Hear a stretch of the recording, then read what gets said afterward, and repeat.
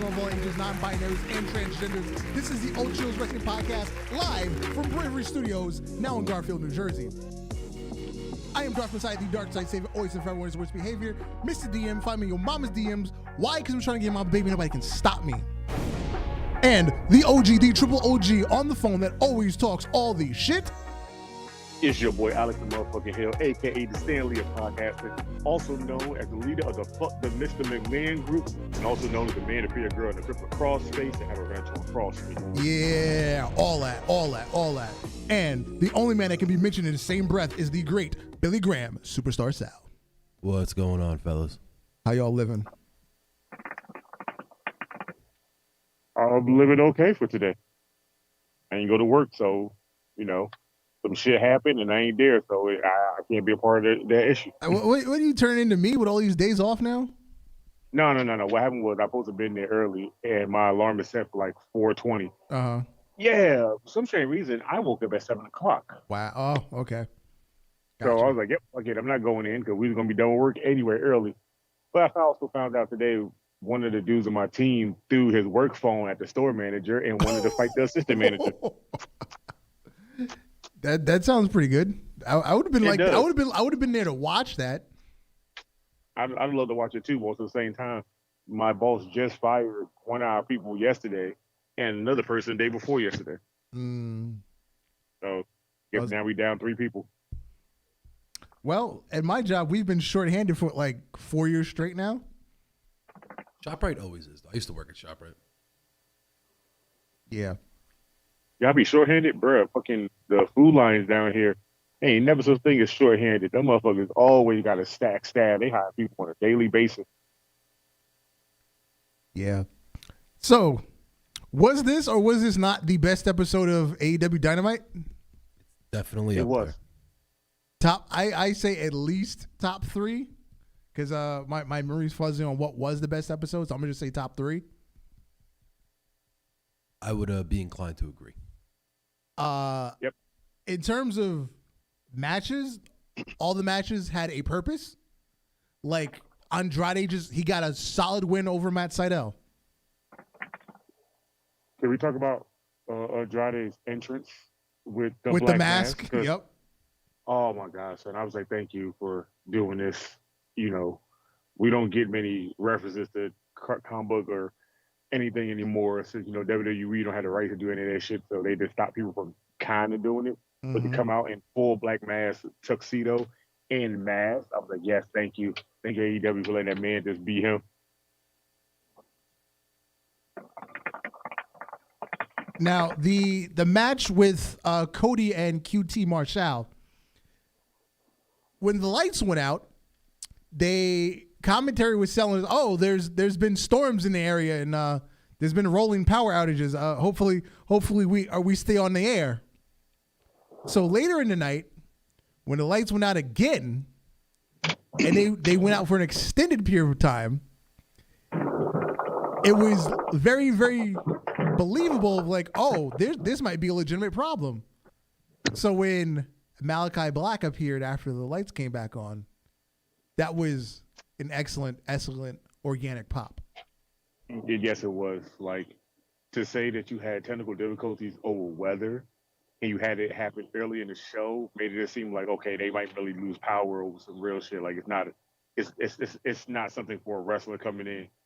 Then the power goes out and then you see Malakai Black in the ring, and I'm like, first of all, one great way to enter a new guy into the system. Also, the man came over there with the same storyline, fucked up eye. Yes. From WWE. Long-term storytelling. We're keeping it. He's still selling the eye that he allegedly lost in the eye for an eye match with Buddy Murphy. Excuse me, Murphy, whatever his last name was before he was fired.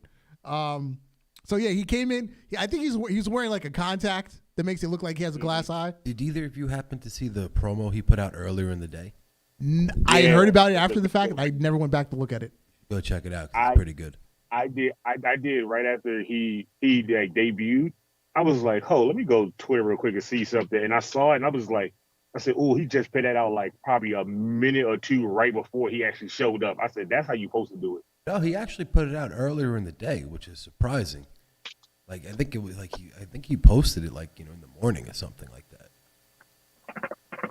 But like I didn't see it until after the fact either. But still, that's still great long book storytelling right there, from one company to another. But I agree. I like how they refer back to his original name.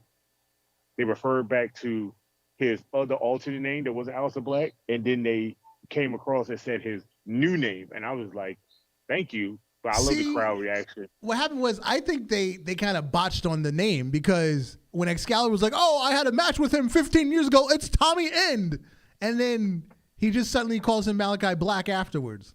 I didn't mind it because I think it'd be silly, especially since it's like AEW is essentially like a jacked up indie at times, and everybody that likes AEW is an indie fan. Yeah, they know so everybody's names. It would be silly not to mention it, and plus, if you go back and look at that vignette, it might make sense where it's like the Malakai Black thing is like in his head. Okay.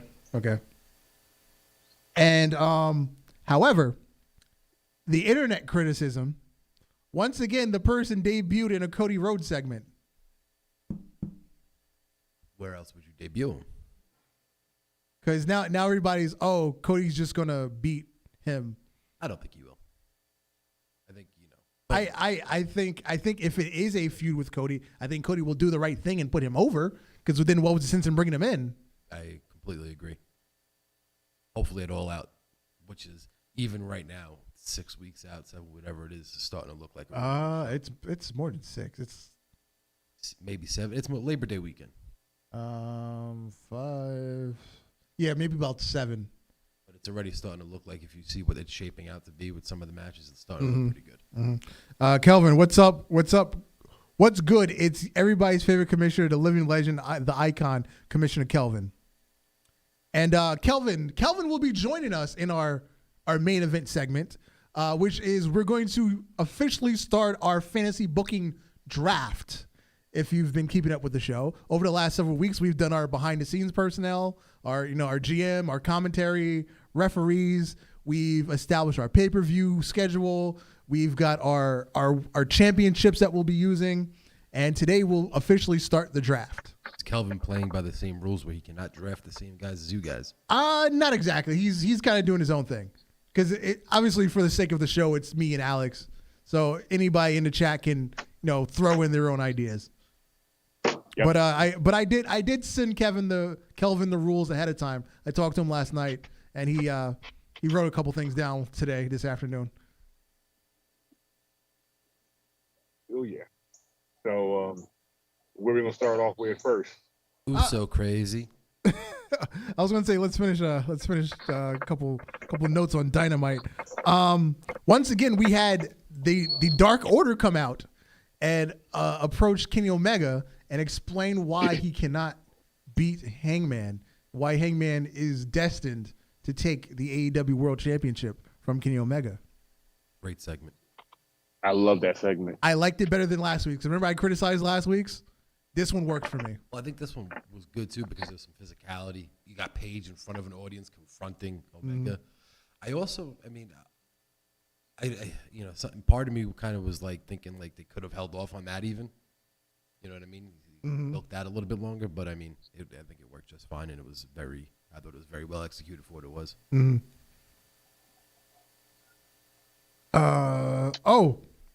The face-to-face between Chris Jericho and MJF. Now, I'm slightly confused as to why it was the segment immediately after the 6-man between Hager and Santana Ortiz and Wardlow and FTR. It's like you had separate entrances, even though they're related segments. A little strange. But regardless, the fan that tried to jump in the ring. See him on Twitter today? Yeah. Now, here's that fan was stupid as hell. I have one thing in defense of the fan. Chris Jericho punched him. Okay? He deserved it. Yes, he deserved it. But if I'm that fan, I'm suing. I'm suing Chris Jericho. I'm suing Chris Irvine. I'm suing AEW. I'm suing that arena. I'm suing the security of that arena. I guarantee you he'd get something. because you were assaulted by someone that is not a security or police personnel. That is also true. Something should happen, but at the same time, something might not happen because Jericho. If you think about it, the wrestler's law is once you come over that barricade, you are free game. There's no you are a fan. You're supposed to sit. You're supposed to pay your ticket, sit your seat, and enjoy the show. Not jump on the barricade and become a part of the show. And once you jump that barricade, there's no, I'm going to sue because I got hit. Just like how Ric Flair got sued when he threw his shoe in the crowd. That guy sued him because he was a fan just watching the show and got hit. Yeah, you can sue. But you jumped over that barricade to try to get in the ring to do what? Harm one of the superstars? Nah, they going to defend themselves. Even if you get hold back, they're going to hit you. At this point now, I see nothing wrong with what Jericho did. He did what was normally done back in the old days. Hell, still done today. Yeah, by the law of the jungle, Chris Jericho did the right thing. But in the eye of the law, he could potentially be held liable for hitting him. Like I said, I don't know. Done. Yeah, that's the only thing. Like I said, I don't know. Like if he jumped on the barricade and Jericho jumped out of there and tried to fight him, then yeah, I can see that because you don't know what that guy was doing to do. But once you come in that ring, it's just like police officers. If you approach a cop and you get your hands in your pocket, the first thing they're thinking of is their safety. They're not caring fuck about your safety. If you get shot and they ask you to reply to what they're doing, that's your ass. What happens to you? You jump over that barricade and try to get in that ring, you are going to get something you should not be doing. You should no longer even try to be a fan at this point. You want to be a wrestler? You're going to get treated like a wrestler now. Not to go down the line of social justice right now, but the police's job is to protect and serve. They are. Their job is to protect and serve, but also their job is also to try to keep themselves alive, even though they got to protect and serve. They only got to look out for their well-being to do their job. And wrestlers are just there for entertainment. They're not there to have conflict with fans, except for MJF, because he stays in character 24/7, 365. Mm-hmm. But Jericho's a veteran of this damn thing. There is, at this point right now, if that guy would have gotten in the ring and did something stupid, we could have a hurt wrestler and fuck up something that's actually happening that's good in AEW right now. So Jericho throwing a swing on him is actually, to be fine. And the sad thing is, it ain't like Jericho ran over there and started punching him immediately. Jericho got up slowly, walked over there, and seen him still try to get in the ring and hit him. Mm-hmm. I think the only thing that will work against Jericho is because if you look at the video, it looks like the security already has him.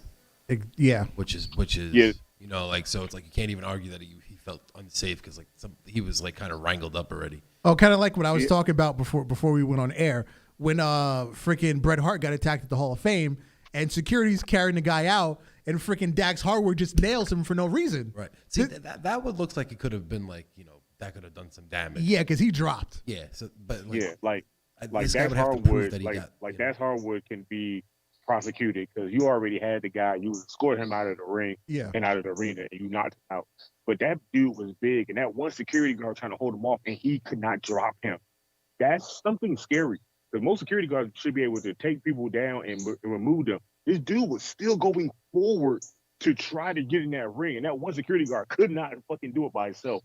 So when Jericho hit him and it stumbled him, other people on the side pulled his feet and pulled him off. Out of that, I don't think that security guard by himself would have stopped that dude because that dude was bigger than the security guard.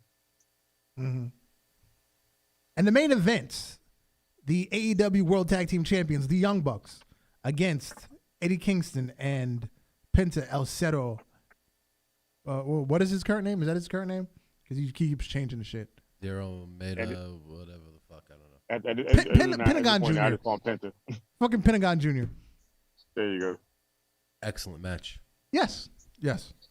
For what it was an excellent match. Yes. I would have liked to have seen Pentagon and Eddie Kingston walk out with the belts.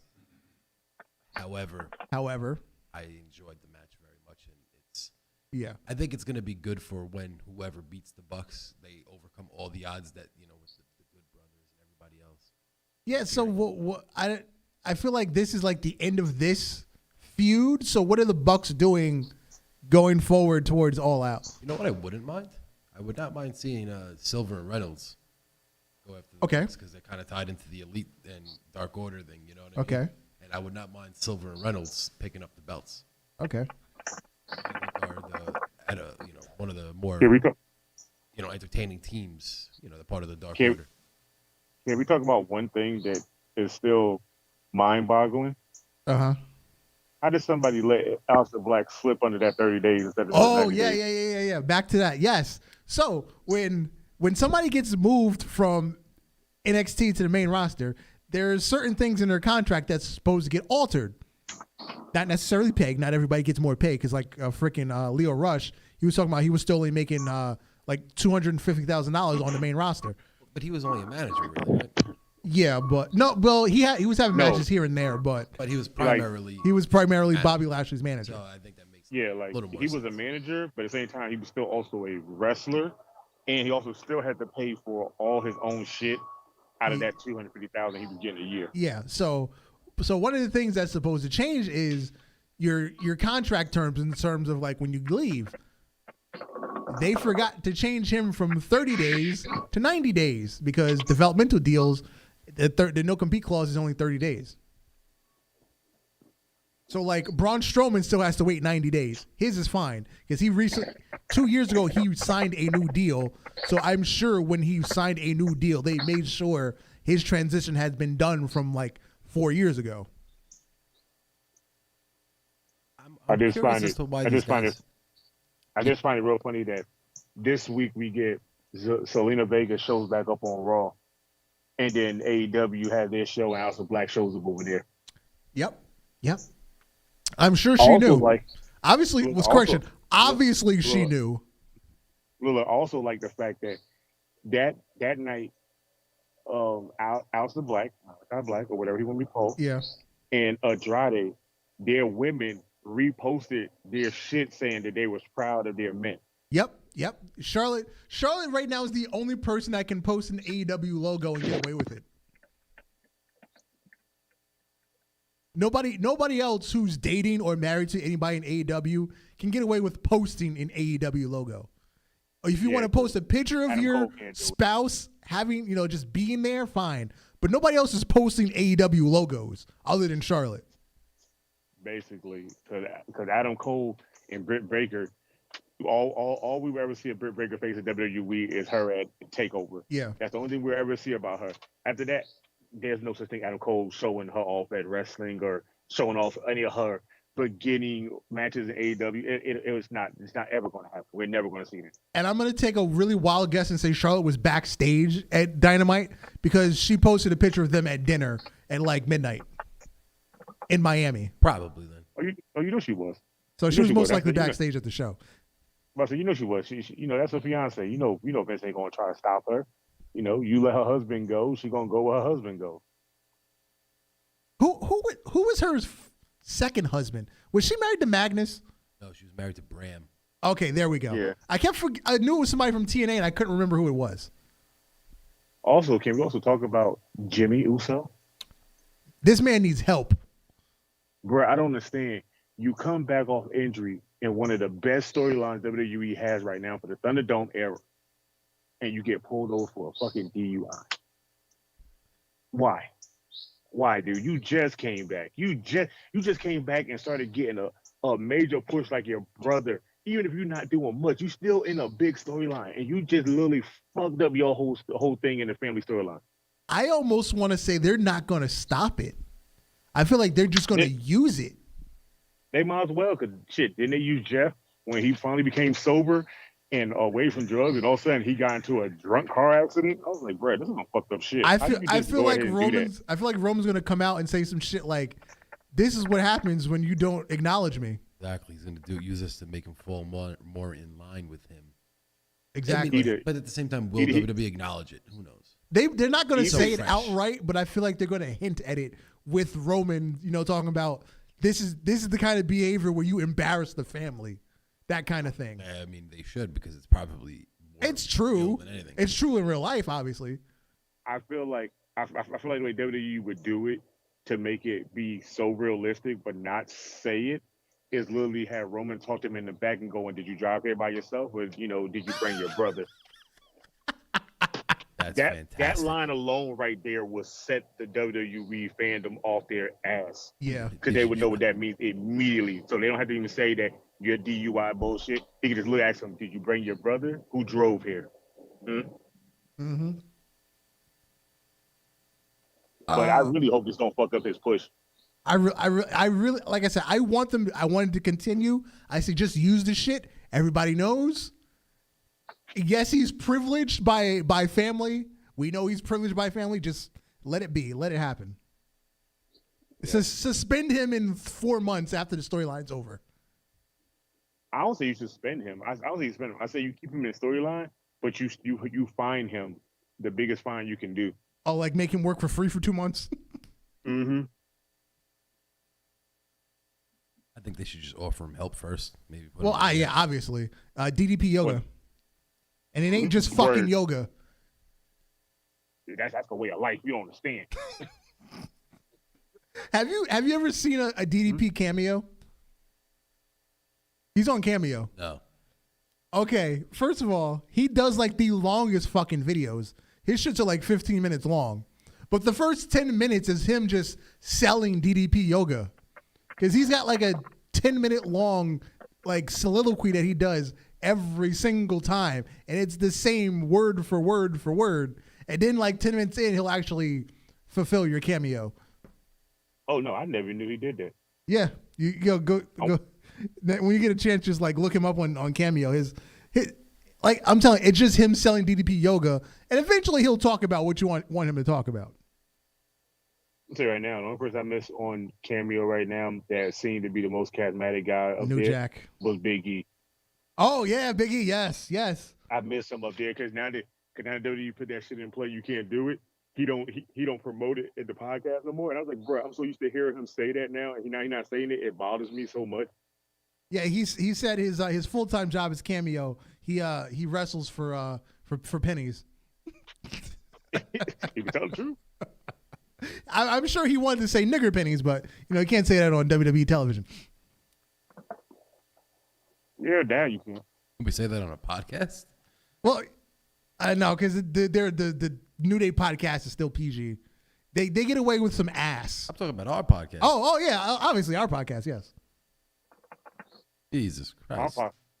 I think our podcast, the Dirty Heelz, the Turnbuckle podcast, and the Jobber Share podcast are the only ones I know. We get vulgar and curse a lot on our shows. We don't give a rat's ass. Yeah. Yeah. Though as it should be. God, we are wrestling fans. Yeah, we allowed to say what the hell we want. I'm a constitutionalist, so exercise your First Amendment right. I am just a black man living in the South around a whole bunch of racists, so you know me. Gotta say what I gotta say. I gotta get that heart. I gotta get that heart off my chest.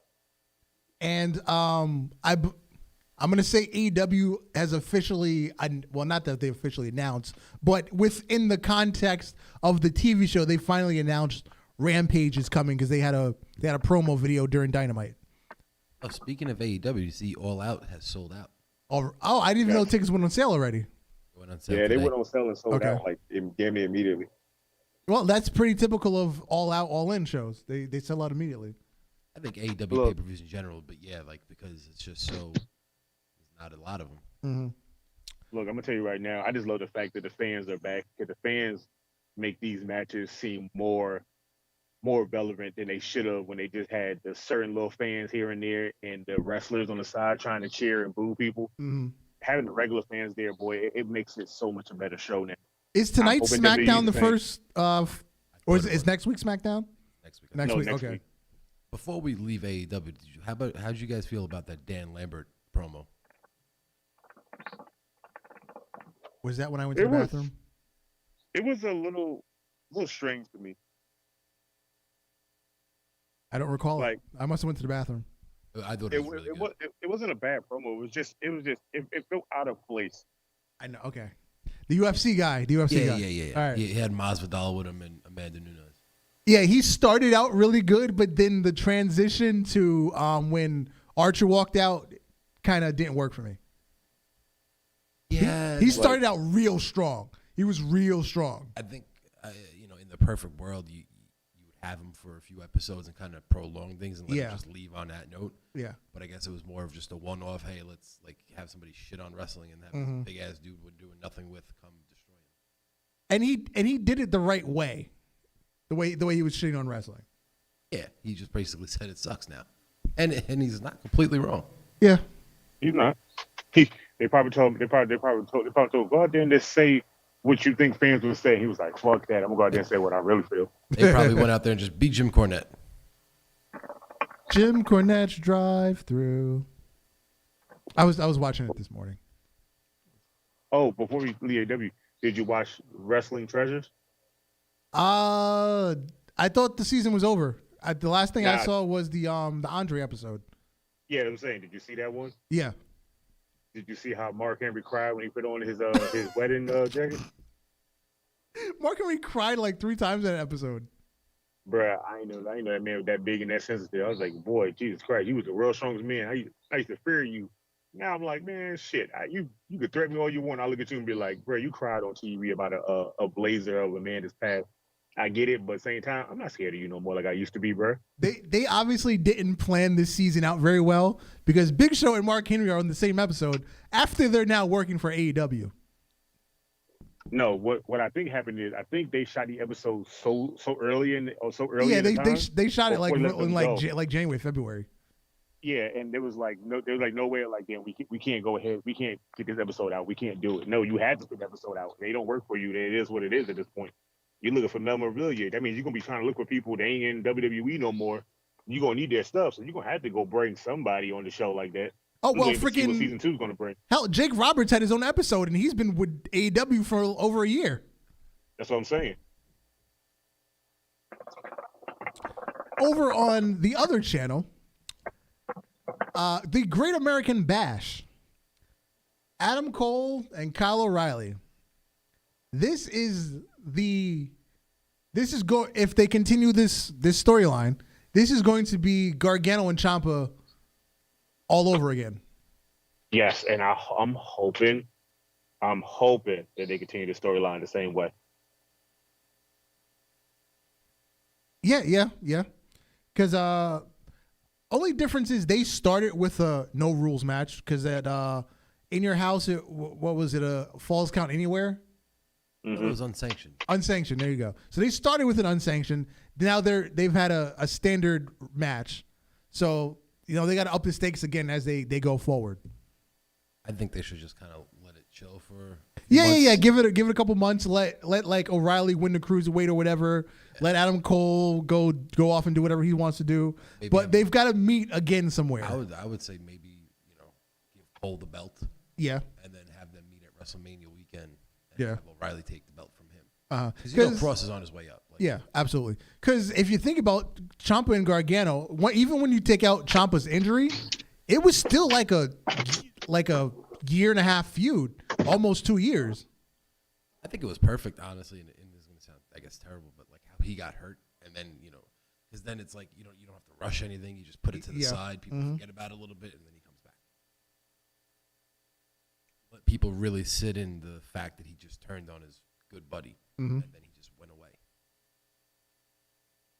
I'm still not thrilled of the current state of the NXT women's division. What was it? The tag match? It was The Way versus Tony Stark, Io Shirai. Yeah, Tony Stark, Io Shirai. I'm not really excited right now. However, Index is back together. Indy Hartwell, Dexter Lumis. Index. They call them Index. I like that term, though. And it was weird how he showed up and then that match. He just cameraman is looking off, and he just pops up behind him. I was like, yo, Dexter Lumis is a weird guy, but I still love him to death. And on another positive note, Indy Hartwell's Razor Ramon gear, that was fire. Yes. How about Hit Rose Yes. Cypher? Okay, Hit Rose Cypher. Oh man. Who was I talking to? I was talking to Dirty Heels. I was talking to Dirty Heels. Swerve was good because Swerve does music. The Chick and AJ Francis, I'm not going to call him Top Dollar. AJ Francis from WWE's Most Wanted Treasures. Hot garbage. I thought Top Dollar did all right. Hot garbage. I don't know. I have to disagree on that. If you listen, his delivery was good, but his content was hot garbage. I kind of enjoyed it. It wasn't for me. I'm gonna have to big disagree. The woman I'll agree with you on. I don't even know her name. I'll agree with you on that one too. Yeah. Swerve, of Look, course. He's got Did Adonis even rap? Because like I just stopped paying attention because I know he was DJing at the beginning. Did he ever rap? I don't think so. No, he did more ad libs than anything. Yeah. Okay. Like a hype man. Deal. All right. But I think Swerve has a really good flow. Yeah. Yeah, doesn't he like do like work with Leo Rush every once in a while? Yeah, him and Leo Rush actually has I think they have a mixtape together. Okay. So like every time Leo Rush say he's doing something with music, if you look on Instagram, he's with Swerve in the studio. LA Knight and Cameron Grimes. I was actually thinking that Grimes would end up winning this match. I was thinking this is to put Grimes over, but apparently this is to put LA Knight over. I have no I guess they're gonna make Grimes really Virgil. Yeah, I guess. I feel like they're gonna make Grimes Virgil, but not ass. But also because LA Knight he turned on Ted DiBiase. So and at the beginning of this thing, Cameron Grimes was not necessarily sucking up to Ted DiBiase, but showing his appreciation and love of the history of the $1 Million Championship and whatnot. So I'm assuming this is to boost Cameron Grimes, but I guess not. It kind of feels like they're trying to boost him, but in a slower pace than just trying to straight put him out there. Right. So I feel like they're trying to do long storybook telling of like how Virgil was Ted DiBiase, butler, and then he turned on Ted DiBiase and the crowd went crazy, and then Virgil just became ass after that point. But still, I think I feel like they know the formula and they can get it right with Grimes and LA Knight than they can with Ted DiBiase and Virgil. I agree with that. I feel like this is more. It seems like it's like a setup for Grimes to, get the underdog deal. I don't think it'll be years like the Virgil thing, right? But I do think that it's LA Knight eventually gets his comeuppance, and Grimes gets the belt, and then he probably just fades off into mid card life. Yeah. Side notes. A couple side notes before we get into our main event. Bayley is hurt. She got injured just training, and she's allegedly out for 9 to 12 months. No further details as of yet. As of when I read this about an hour ago. She's been like the MVP of the Thunderdome era, so it's definitely it sucks because it's a week before fans come back. Mm-hmm. Lana has finally spilled the tea. I listened to that on my way home. She is delusional. The whole thing about when she posted the picture, well, her friend posted a picture of her and Rusev getting engaged when she was doing the storyline with Dolph Ziggler. Fine, whatever. That is what it is. Then she told a story of how Roman Reigns nixed Survivor Series. It was Survivor Series. Roman Reigns, because this was when Lana was getting put through the tables every week. So that night, Nia Jax was supposed to do it again. But Roman and Drew McIntyre had a table spot in their match. So Roman went to whoever was producing the match and said, no, you have to take the table spot out because I have one. So apparently Lana is pissed that Roman canceled her table spot. Who the fuck are you? Yeah, definitely goes to the biggest. So, but in her defense, if we're gonna be like this, in her defense, that story was all centered around the table. Yeah. So, okay, maybe not do it that night. Save it for Raw.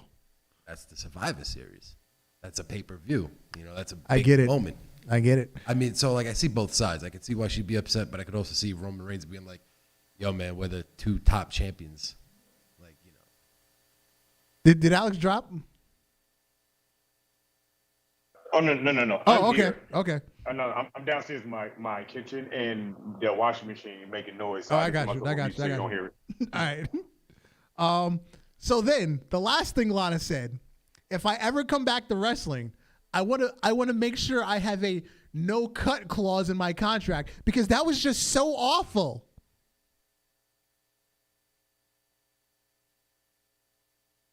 in her defense or in anybody's defense, if you could negotiate that in, why not? You're not Hogan. Did Hogan ever even get that? Probably not. First of all, Hogan didn't need it because Vince was on Hogan's dick, so he didn't need that. No. I'm talking Hogan in WCW when Hogan was getting his ass licked by any and everybody. I still don't even think that. I mean, I can't hate on her if she tries. Because if you could, because you know what it is, you know that's financial security. Yeah. You know what I mean? I get it. I mean, at the same time, You're an independent contractor. There's no such thing as financial security. I wouldn't give it to her though if I was. Yeah. She's not worth. You know, I'm just stuck with you forever until your contract runs out. Like if Roman Reigns magically became free and I was trying to sign him, he wanted that. Okay, if Roman Reigns' contract runs out and I'm Tony Khan, I'll give that to Roman. Exactly. But you also gotta look at it. Look at what Andrade asked for in AEW. Yeah, I'd rather have what Andrade has than a no cut clause. Yeah, like fuck that. I'd rather me go out there and tell you I'd rather lose to this person, but I ain't losing to these 6 people. So you come in match against them, I'm automatically winning. But that person, I will lose to them just for the GP. Yeah. But how long is that going to last before he actually really lose? I assume once he gets into the title picture, because you're not Hogan, you just can't demand the title. Yeah, at this point right now, I don't know. It seems like motherfuckers just show up and get title matches randomly in WWE. Like at AEW, you got to work for it, even though their win-and-loss system is still flawed like a motherfucker. Oh yeah, except for Jungle Boy, the only motherfucker that's damn near 50 wins, no losses, and got a title shot. Yeah, because according to the win and loss system of this calendar year, Frankie Kazarian should have a world title match. Still waiting on it. I can't wait for Jungle Boy's trophy to get broken over his head. That's that's coming. Yeah, if he carries it around, yes. All right. I'm hoping it does. Let's get into our main event for this evening. The day has come. We're going to have our round 1 fantasy draft for our fantasy booking league. And for those of us that don't follow us on Instagram, I have posted the rules for our draft, along with the other things we've talked about over time. They have to be alive. They have to be able-bodied. Those are some kind of obvious things. We don't want to just bring people back from the dead, because I know you want to bring back Chris Benoit, but I'm sorry. Oh, I do. I do. I'm sorry. So roster requirements. By the time we're done, you have to have at least 12 men singles on your roster, 8 women on your roster, and a minimum of 8 tag teams on the roster. So as I've said multiple times already, today we're going to draft the top 10 people you want on your roster, regardless of the category. So if you want to draft 5 singles, 2 women, 3 tag teams, whatever, just the most important people to your roster you're going to draft tonight, the top 10. Next week, week 2, we're going to finish the women's category. So let's say you draft no women tonight. You can draft your minimum 8 women next week. If you want 12, you can have 12. You want 20 women, you can have 20. But a minimum of 8. Week 3. Love to have 20 women. Week 3, we're going to do tag teams, finish the tag division. And week 4, we'll finish the men's single division. Now, tag teams and factions. Here's how we're going to determine how you can draft multiple people in one pick. Any grouping of wrestlers that has been previously acknowledged as a tag team or faction can be drafted in one pick. So as the New Days with their Freebird rule, yes, or the Dudleys, yes, or anybody of that nature, don't go around just picking tag teams that was tag team for a month and no longer a tag team at this point. It's got to be a long-term tag team that is acknowledged as a tag team, people. Right, you can't take Cena and Orton because they had a match against the Nexus. That's not a tag team. But you can take Jericho. You can take Y2AJ. You can take Jericho and Hager. Those are pre-existing tag teams. What you call it can be taken? Rated R? Because they was a tag team for how long? Rated FTR? Yeah. Yeah, technically, yeah. That was a faction, yeah. Okay. We'll make sure. The next rule is pre-existing tag teams or factions can be drafted in whole, in parts, or as a single. So again, back to New Day. If you want just Kofi, take just Kofi. If you want Kofi and Woods, take just Kofi and Woods. If you want to draft the Bullet Club, but you only want G.O.D., Finn Balor, and the Good Brothers, you can do that. Cool. And the final. I already said this in a part of the other rule, but if you want to create a new tag team or faction, you must draft them as singles. Because I do have a tag team that I want to make, so I'm going to have to draft the two people separately. Actually, it's a trio, but yeah, I have to draft them all separately. All right, I will give you first pick. Okay, so out of some consideration, people being let go, people I've been having my eye on for a long time. You know me, I'm going to go with my top decision of Cesaro. Wow, Cesaro was going to be a major player on my show. And only that I choose Cesaro is simple fact. I've been following Cesaro for so long. That man deserves so much.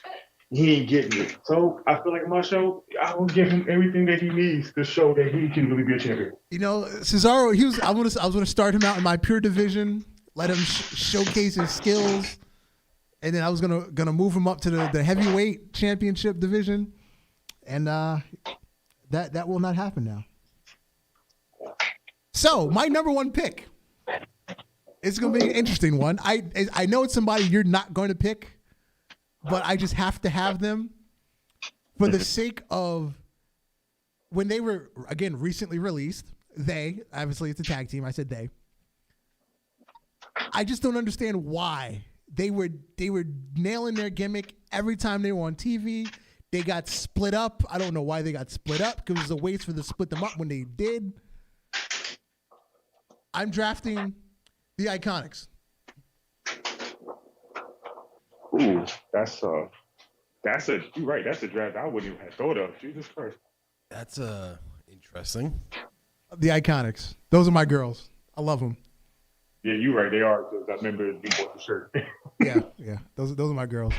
I'm going with the Iconics. All right, your number 2 pick. My number 2 pick was going to be for my pure wrestling division of guys that got to prove themselves really good. So I had chosen Alexander. Cedric Alexander. Okay. Because I chose him after we said we was going to do this week. I started watching top finishing moves of like indie wrestlers, and I was like, yeah, I wonder how many times Alexander is up here. I think I watched like 7 parts, and Alexander was probably like 53 of those damn things. Mm-hmm. And I was like, yeah, he don't get this shine in WWE either, so he's gonna have to come over here with me.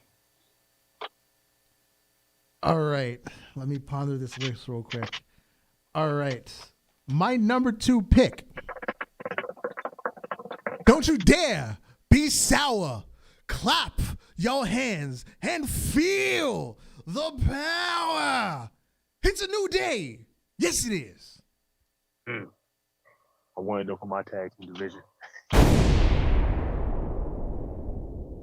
was a bomb word. That was good. Thank you. I want to go for my tag team division. Yeah. Oh, well. You're down the road, they're going to get drafted somewhere else. Before we go too far, the week we were doing referees, you said you might want to trade for Mike Chioda. I will be willing to accept that trade because I might need to borrow somebody as a manager from your show. You can have them full time, but I might need them as a manager. I'm just putting that on the table.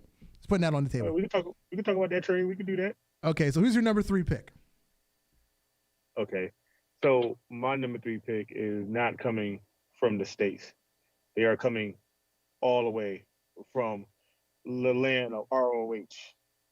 And I'm picking my boy, New Jersey's own Ric Flair greatest impersonator, Jay Lethal. Gotta get my boy. Great choice. Great choice. I'm telling you, I feel like me and him sit down and have a good drink. It'd be the best day ever. Let's see, where do I want to go from here?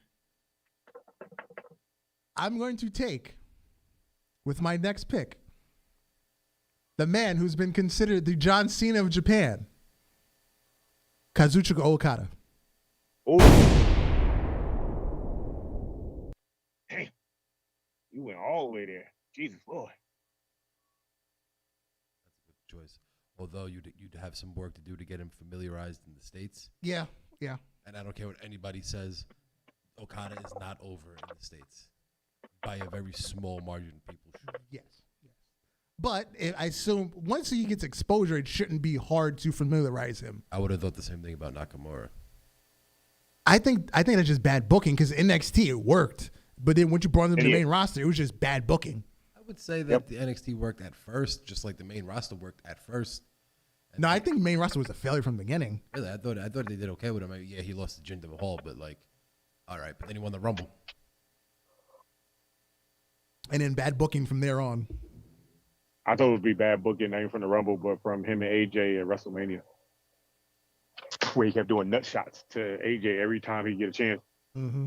That match was not what I wanted it to be. It was not the match nobody wanted it to be. All three of their matches to me were letdowns. I felt like it felt like a style clash. I think a bunch of us probably looked at their Wrestle Kingdom match and was like, "Yo, that's insane. Mm-hmm. That's what we're gonna get." And then we got nothing close to it. All right, who's your number 4 pick? My number 4 pick is going to be a group, and you already know what kind of group it's going to be. We hold these fingers up in the air for this too sweet, the Bullet Club. What version of the Bullet Club? This version of the Bullet Club with God, Kenta, Switchblade, that version. Switchblade. I'm trying to think of who else in case I need somebody out of the Bullet Club. Bad Luck Faye. Who else is God? Oh, you mean currently Firing yeah, Squad? The current, Okay, yeah, Firing the Squad. current. Okay, I got you. All right, I don't think I need anybody that's currently in Firing Squad, so that leaves me some options. All right, my next pick, I'm going to take a 14-time world heavyweight champion, a third-generation wrestler, Randall Keith Orton. Best choice so far. When one of you guys going to draft the right to censor? First of all, don't get it twisted. I thought about it. Don't get it twisted. I'm still thinking about it just for the fuck of it.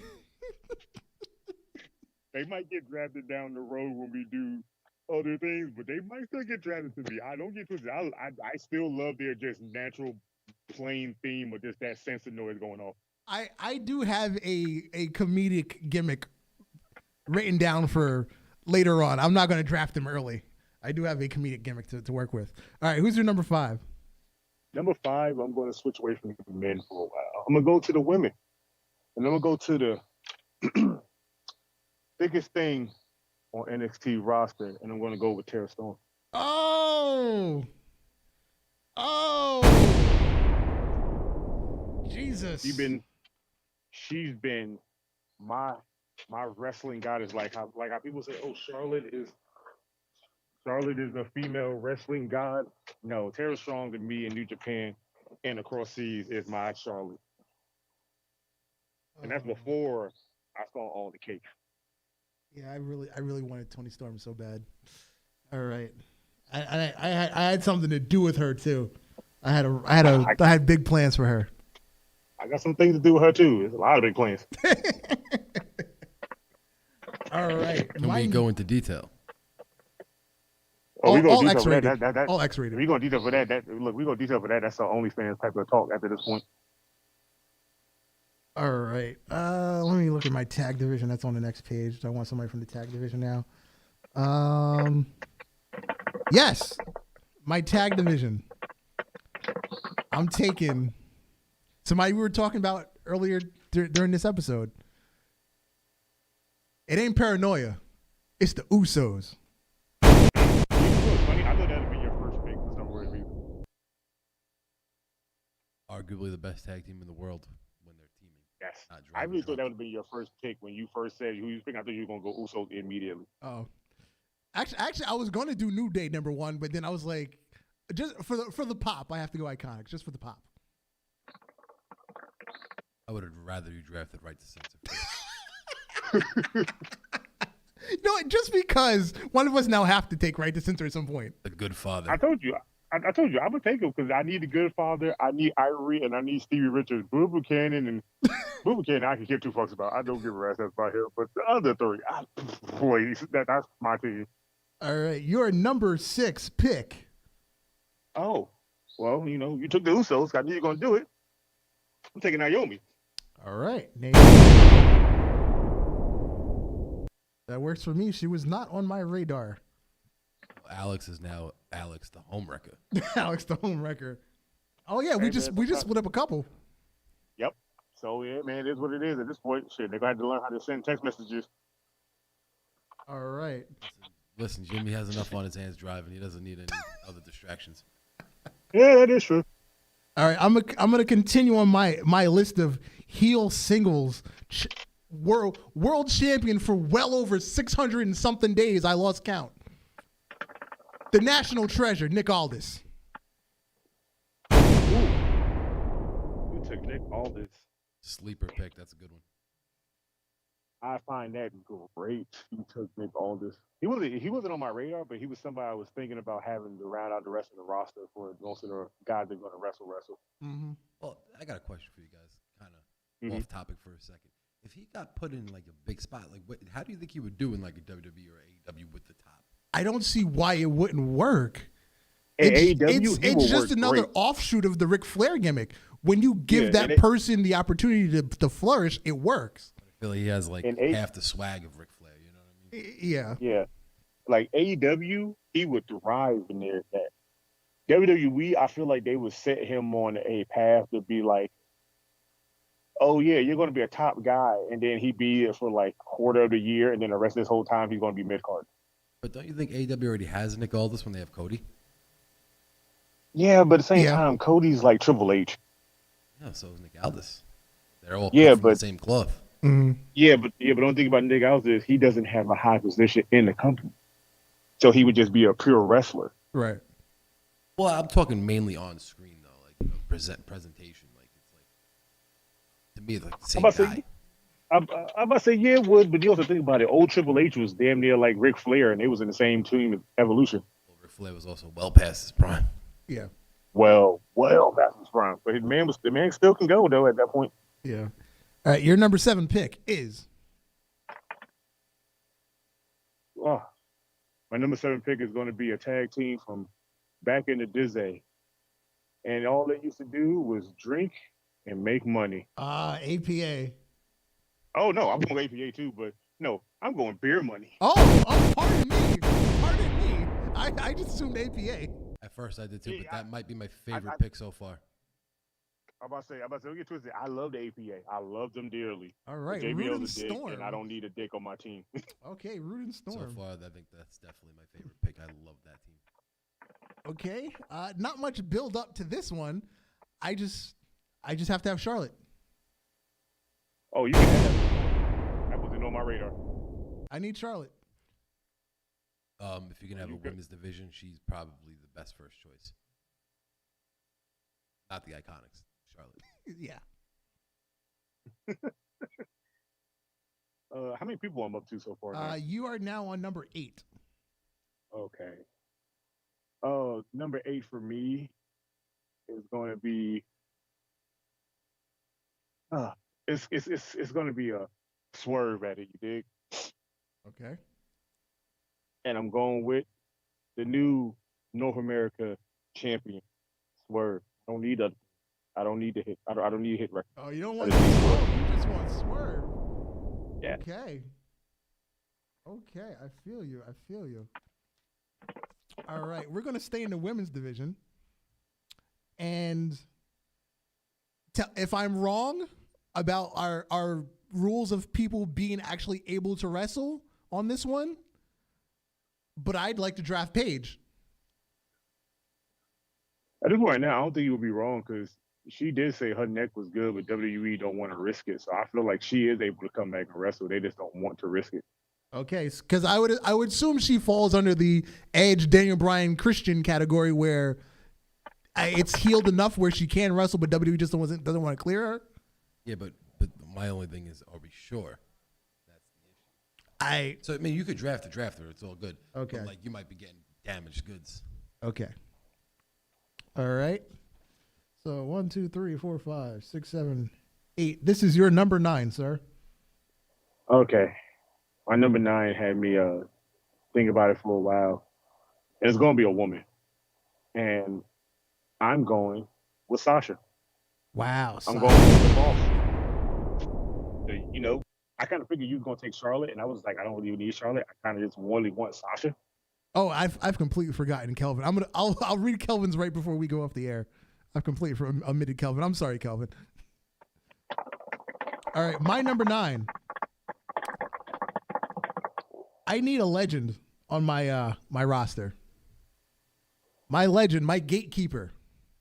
The gatekeeper of all gatekeepers. The dead man, The Undertaker. That's funny. Because I went Undertaker, but at the same time I didn't. Because my next one was going to be Kane.